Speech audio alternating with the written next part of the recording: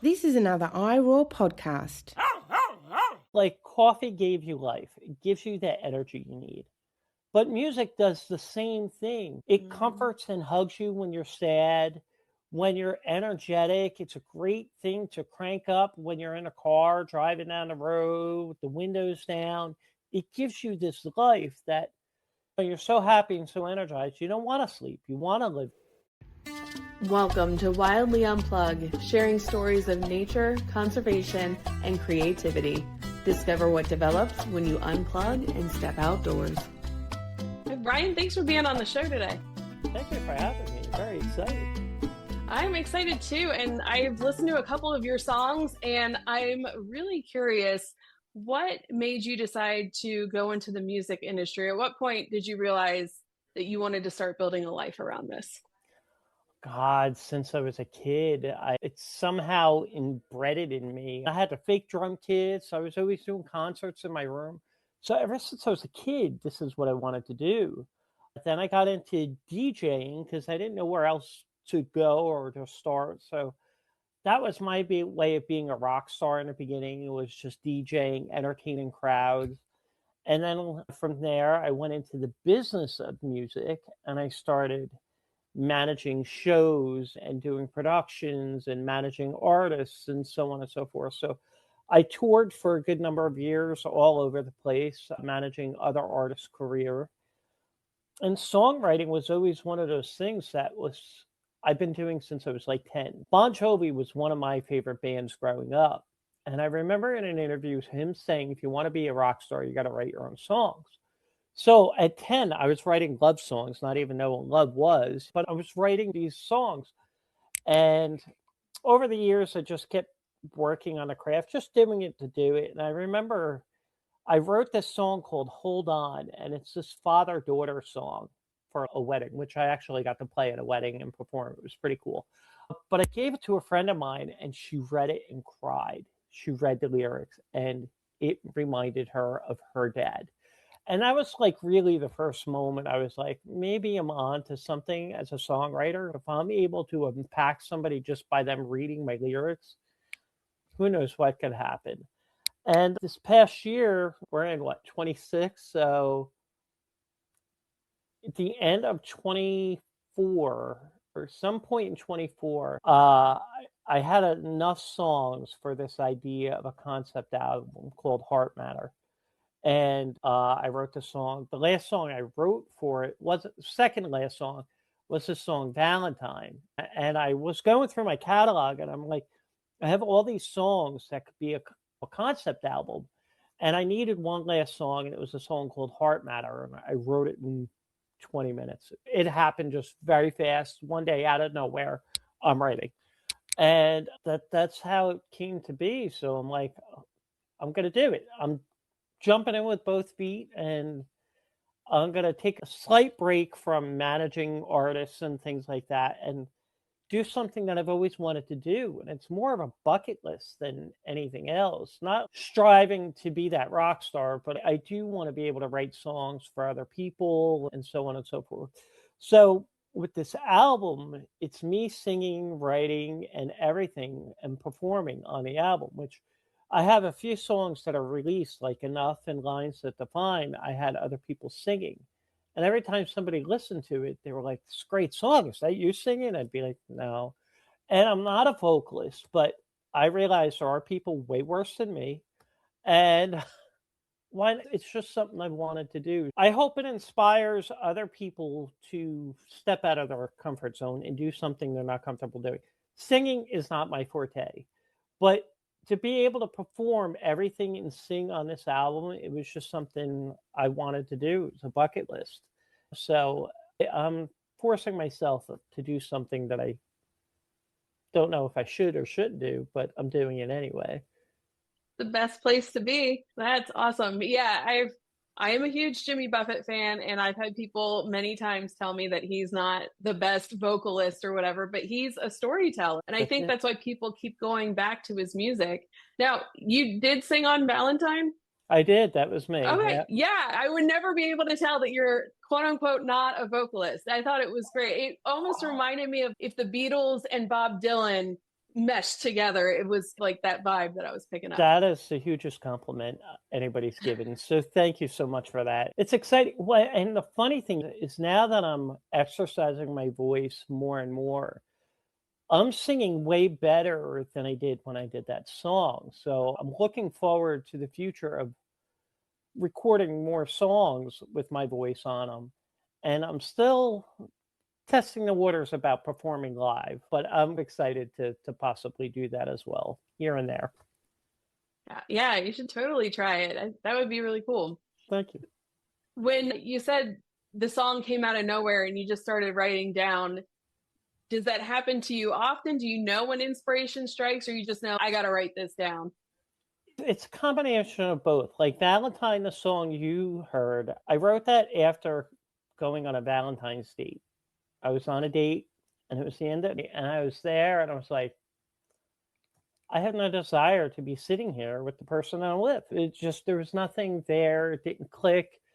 And I went home later that night and I wrote the song Valentine. And that's when I was like, that was the song that it would just click to me so well that I had the melody in my head and everything. And I was like, I'm doing it. So there I am. That's great.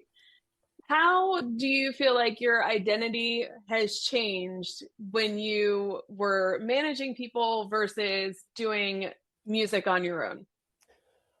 I'm actually having an identity crisis on the whole thing, to be honest with you, because I don't know. Because most artists have this persona and they have their stage presence that I don't know what that is. I'm still trying to figure out who I am as an artist. I know who I am as a songwriter.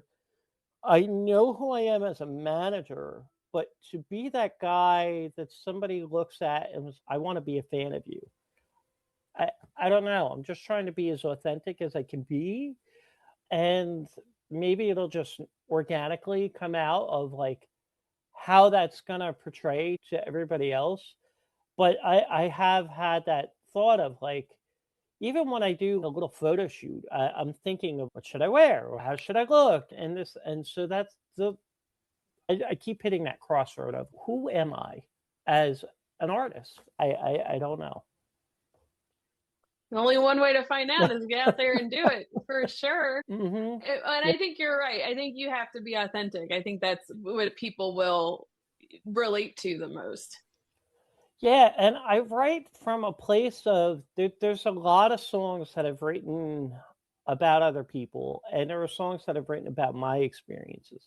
So it's being able to be relatable. I want somebody able to listen to the song and be like, I can relate to that, or this song helped me get through that problem. And I just have this natural ability to tap into other people's emotions sometimes. And I have written songs and presented it to friends, and they were like, I couldn't have even said that. I couldn't even, how did you, like, and I don't know. I'm just a very empathic person to where if I can feel what you're feeling, I can tap into that and I know how to write it.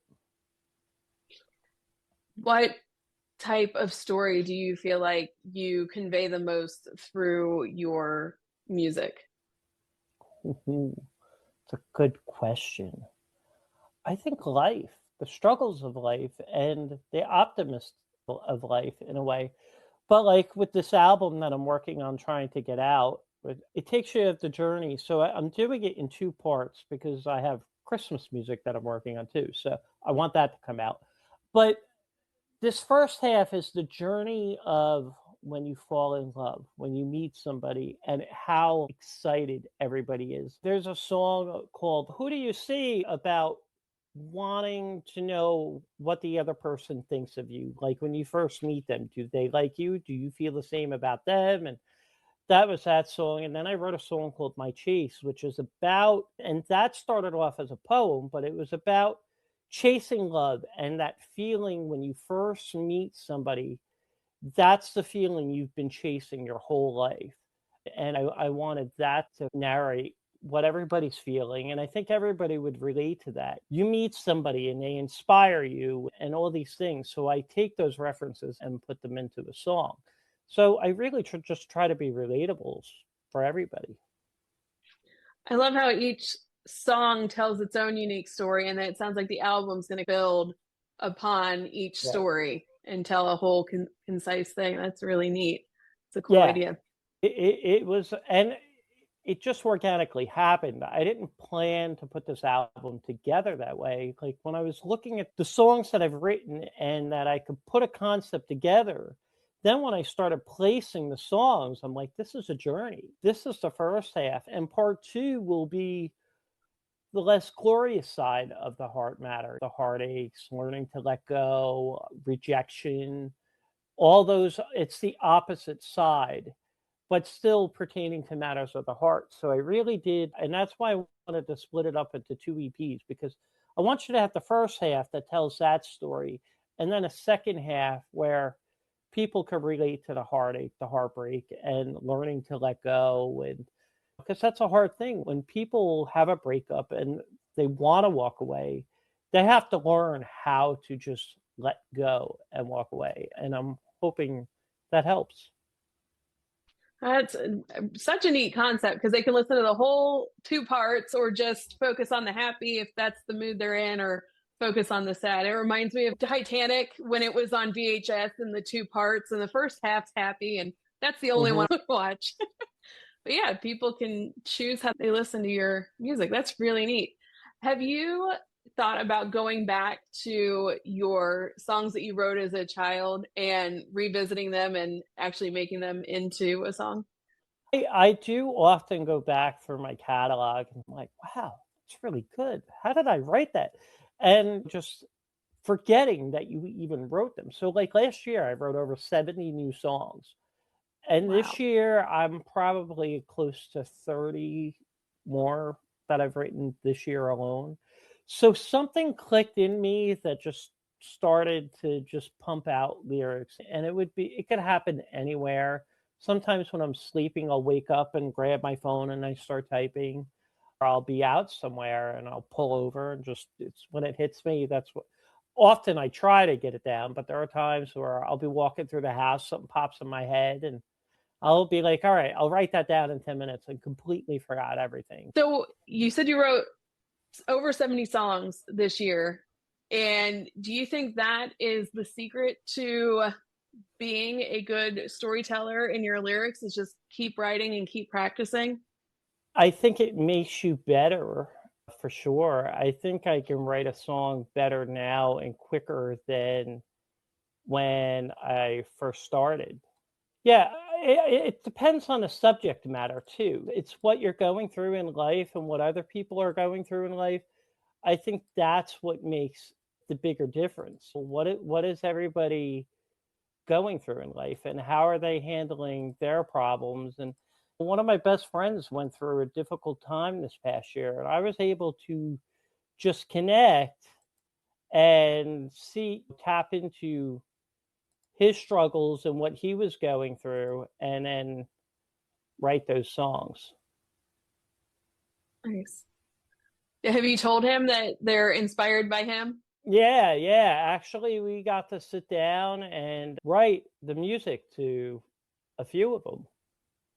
So it was a cool experience because he's a musician as well. So we're able to, and that's the beautiful thing when you have friends that are musicians, you can tapping into their world and collaborating. And I have a new producer that I've been working with. I've done 2 songs with, and it's been such an amazing experience writing with and recording with another person on top of somebody that I'm already working with. And it's coming out great. It's great when you can connect with somebody and it just clicks. When you are producing your album, do you go into a studio, or are you doing that at home?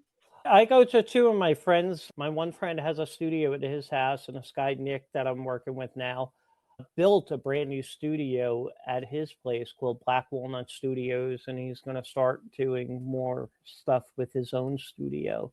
So it's exciting, and I'm setting up my own little home studio now. I'm in the process of doing that. So at least I can get some demos down, and when I get into the studio, I'm a little more prepared than starting from scratch.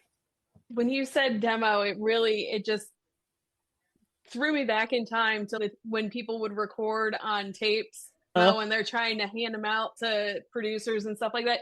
How do people get their demos out now? Is it through email or? Email. One of the clients that I manage, a band called Slideways, I'm in that process of shopping record labels or negotiation with one as we speak.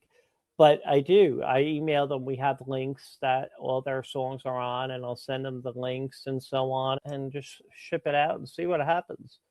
But some people still do take a CD and make it or a USB drive and physically mail it to the record label. It's a good way to stand out if you want to. Yeah, I imagine you get so many emails in a day, something physical might stand out a little bit more. I was gonna say, if it was a CD, I don't even know how I'd play a CD anymore, but a USB drive's a good idea. My car still has a CD player, and I have my old MacBook, which I still have, that I kept. It barely works, but this DVD drive CD thing still works, so I can pop stuff in there. So I went camping, I think last year or the year before, and then we had a campsite that had electric, and I brought that computer just in case it rained or something. We could all sit in the tent and watch a movie, and that's what we did because it did rain. So that's great. That's important, because what if something happens? You need to be able to. I've lost power at my house, and when you can't watch TV because you have no cable or internet, you pop in a DVD and you watch it. So I've kept my DVDs. I'm old school. Even I stopped DJing, but even up until the end of DJing, I was bringing physical CDs with me instead of just doing it from a laptop. And people would be like, "Why are you bringing these?" I said, "Because I've seen too many laptops crash during a wedding." I says, "I don't want that happening to me. If something fails, I got to have a backup." That's smart. And I guess there have been a couple songs I've bought on Apple Music or whatever, and they decided, one of them was a Skillet song called Anchor. And I love that song, but they decided we're not going to play that in the US anymore. So now I don't have access to a song that I bought. What are your thoughts and feelings on that? I'm a big fan of having your own music on your own website too, and let fans buy it directly from there. And then because you own that content, unless you're with a record label or publishing company, and if they own the masters, then it's up to them. But for independent artists, I really think that's the smartest thing to do is have your music on your website where people can download it and listen to it whenever they want. And you're making 100% of that revenue. If you sell it for 99 cents, boom, you just made 99 cents on your song. Nice. Where on Spotify, you got to have a lot of streams to make some money. So I think in your case, if if you were a fan of that band and they had their music on your website, you'd still be able to listen to it. Yeah, that's smart. That is smart. Do you do stuff on TikTok or Instagram? I hate it. I hate it. I'm trying to get more comfortable with talking on a camera and holding the phone up and being like, "Hey," I feel like an idiot when I do it. And God bless all these kids that are on there dancing in front of a camera, and I can't do it. I'm trying to get more comfortable with doing it. So it's taking me time to do it. I manage a TikTok page for a music store called Flemington Guitar Shop, and I'll handle doing TikToks on there, but it's not me dancing and singing, and it's just content. So I'm trying to get comfortable with it. This whole process is taking me out of my comfort zone. I'm used to telling my artists, "Here, I need you to do this." I can't do it. I'm like, all right, now I gotta smack my own self upside the head. Yeah, have you tried treating yourself as if you were one of your artists that you were managing? That's where the discipline comes in of getting things done and getting organized and setting out the plan for the album and so on and so forth. The album's taking way longer than it was supposed to. The guy I'm working with had some family issues and stuff like that. So it's taken a little bit longer to get the album out. Ideally, I wanted it out by this time of the year, and it just hasn't happened. We're getting there, though. We're making progress. So hopefully in the next couple months, we'll have some stuff rolling out. We're going to finish mixing the last single of the song, the next single. So that's the next priority, is to mix that, master it, get it out, and then we can finish the rest of the album. Very good. Now, you also have a brand called Sleepless Lyfe. Is that correct? Yeah. So how do you balance that ambition and also trying to avoid burnout? So Sleepless Lyfe actually started out as a company, a coffee company that I had put together. It started originally as a drop shipping model, and saw I couldn't scale from that. So I actually started roasting and roasting my own beans, making it, packaging it, shipping it. I became partners with the minor league baseball team, the Somerset Patriots, which is a minor league to the New York Yankees. I had my own concession stand there, and then the world hit me upside the head. I lost my day job. I got laid off. The house that I was living in, the owners of the property died, so I had to move. I had family members pass away. Everything just exploded all at once. So I closed the company. And when I decided to make this songwriting venture more popular, I converted to keeping the name and adding records. So I started my own record label, Sleepless Lyfe Records, but with the idea and intention of still having a positive lifestyle brand and clothing, and putting together a positive message underneath that as well. But that was the idea, was to keep the brand alive, but to pivot in a new direction. And I really think that the music, it has never let me down. I've tried to walk away from this industry many times, and it just pulls me back in. So I said, I'm going to do what I know best, and this is keeping that brand alive. Because someday I would like to add the coffee back if I can, and if I can't, at least I'm kind of keeping it going. I love how that name works for a coffee company, but also for music, because I keep thinking of the I Want to Rock and Roll All Night by Kiss. It was, with the life, like coffee gave you life. It gives you that energy you need. But music does the same thing. It comforts and hugs you when you're sad, when you're energetic. It's a great thing to crank up when you're in a car, driving down the road with the windows down. It gives you this life that you're so happy and so energized. You don't want to sleep. You want to live that positive life. You want to live it loud. And of still having that positive undertone to a record label. Nice. Now, other than your own songs, what is your favorite song? Ooh, I got a couple. There is a song by Bon Jovi called Stick to Your Guns. And the lyric behind it is never give up.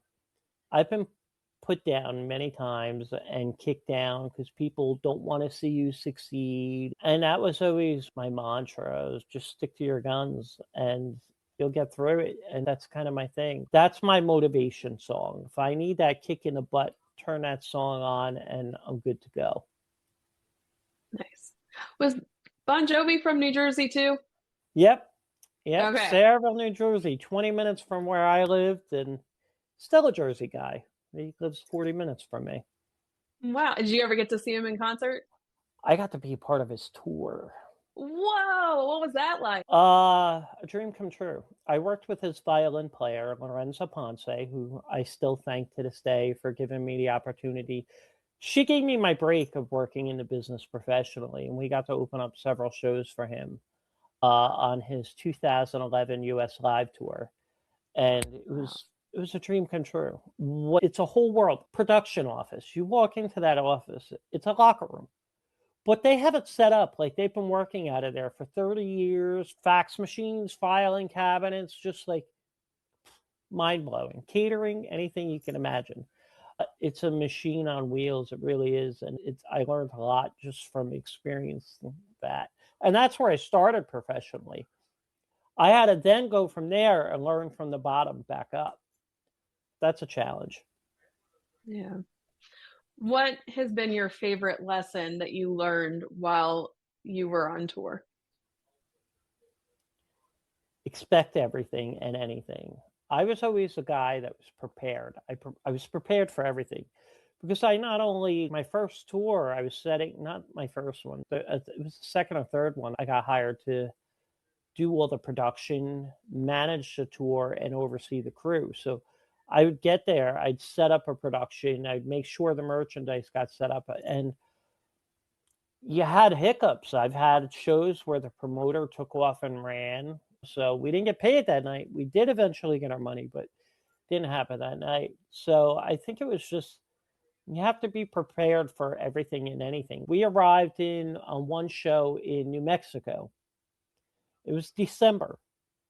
It snowed in New Mexico, but it was 70 degrees in New Jersey. And I wasn't prepared for snow. I was in the southern states. I was ready for warm weather. And nope, it snowed and New Jersey had the warmer weather. So you got to be prepared for everything. That is a good lesson. So what is something that you wish someone would have told you before you started, or are you grateful for every lesson that you've learned along the way? I'm grateful. The one thing I wish I could have done was get started into this business earlier, especially the business side of it. I wasted, not that I wasted time DJing and everything, but I wish I could have learned more. When I started, YouTube was still just becoming a thing, Twitter was just a thing. And so I made a lot of things happen professionally in through social media, and now it's 10 times harder.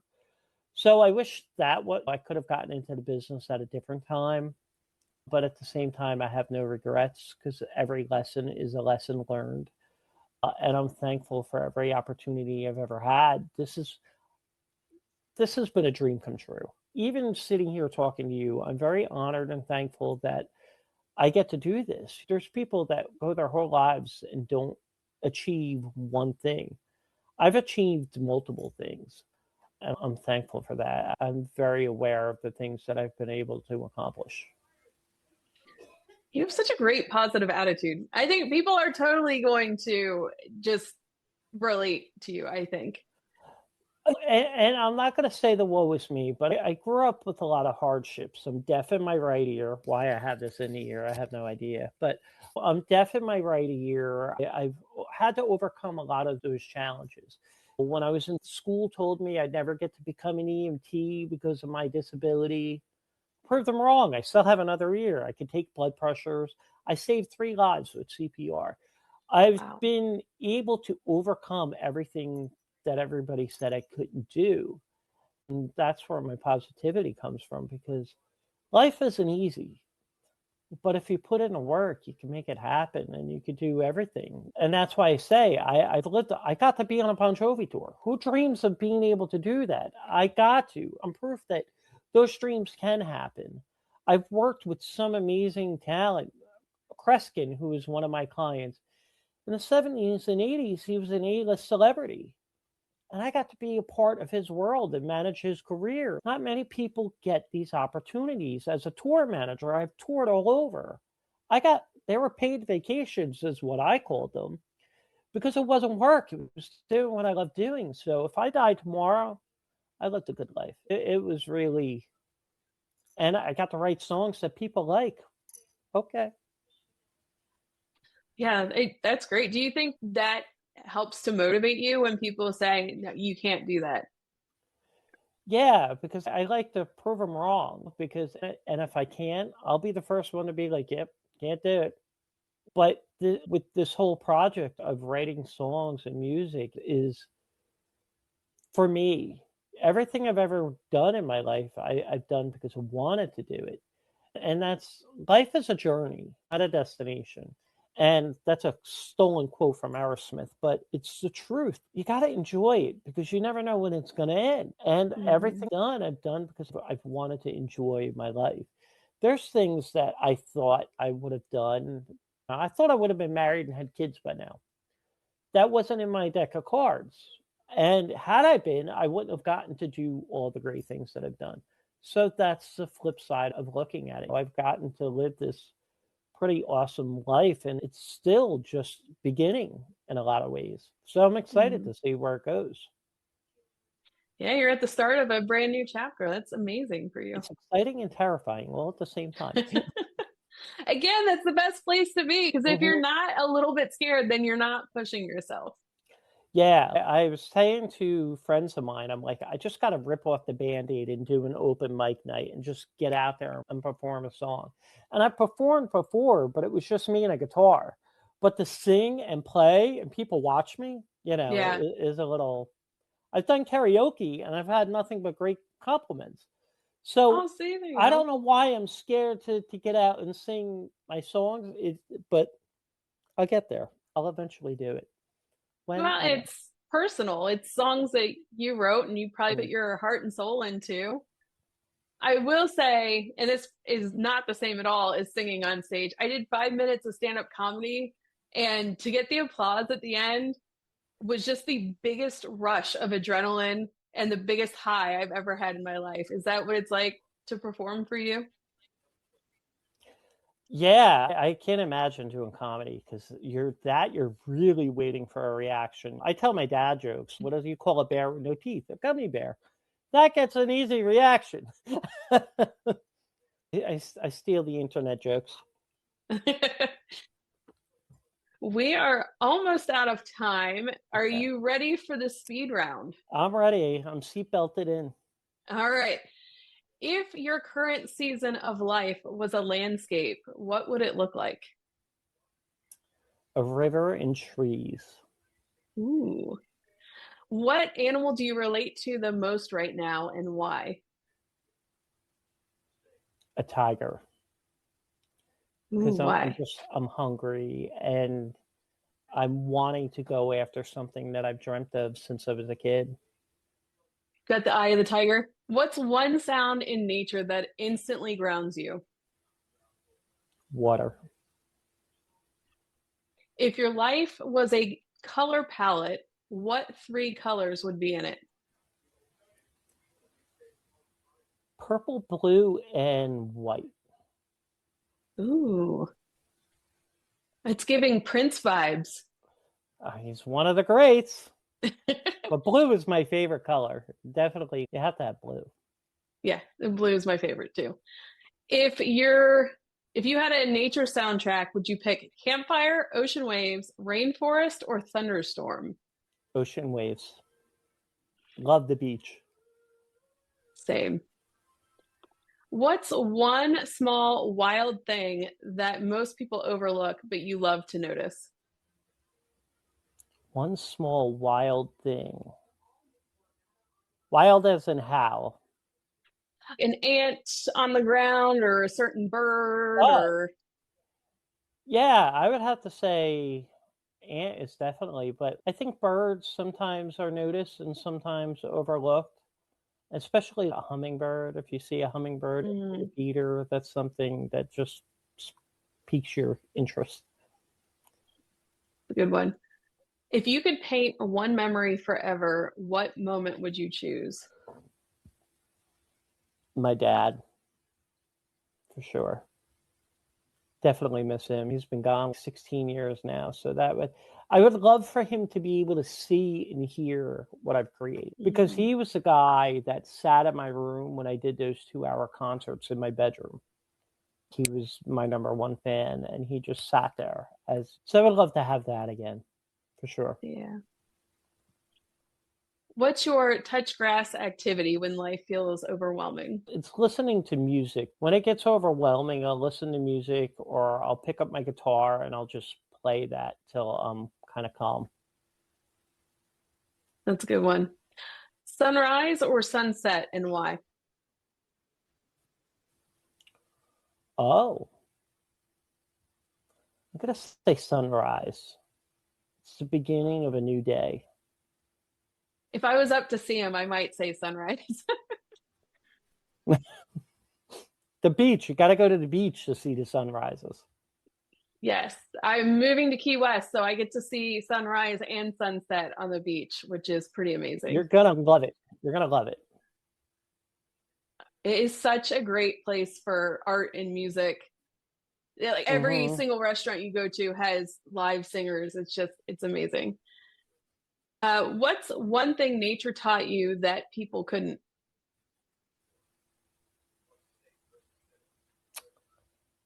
The sun shines after every storm. So no matter how bad life gets, it will always get better. That just gave me chills. That's a good one. If your creativity were a weather pattern, what would it be? Sunshine. Yeah, warm, sunny days. I could see that talking to you. You're very positive. What plant would survive your care, or maybe not survive your care? The fake ones. I don't know. The one I have to water the least, I think. Maybe an aloe plant, because they're kind of cool looking. Yeah. And if your personality was a national park, what would visitors need to know before visiting? It's a happy place. That is lovely. Ryan, where can people find you at? RyanGalloway.com. All my social media stuff's on there. Music's on there. I used to do a podcast as well, so I have some episodes on there. It'll eventually come back, but I just have no time for it, and that's why it's ultimately stopped. Yeah, everything's there. RyanGalloway.com. Perfect. And I'll be sure to tag that in the show notes so our listeners can hop right over and check you out. And before we go, what is one piece of advice that you have for someone that would like to reconnect with nature or themselves? So my one piece of advice would be for people to take your headphones and go for a stroll through the park and have some you time, because you matter. So time for yourself is so important. It helps clear your head, and that would be my advice, is make time for yourself. Perfect. Thank you so much for being on the show today, Ryan. Oh, you're welcome. I'm happy to be here. Until next time, unplug, get outside, and see what develops. Wildly Unplugged podcast is a production of Wild Development Studio. The views, opinions, and statements expressed by individuals during Wild Development Studio's productions do not necessarily reflect the views or opinions of Wild Development Studio or its affiliates. Participation in any activities, expeditions, or adventures discussed or promoted during our content may involve inherent risks. It is strongly advised that individuals conduct thorough research, seek professional guidance, and take all necessary precautions before engaging in such activities or venturing into wilderness areas.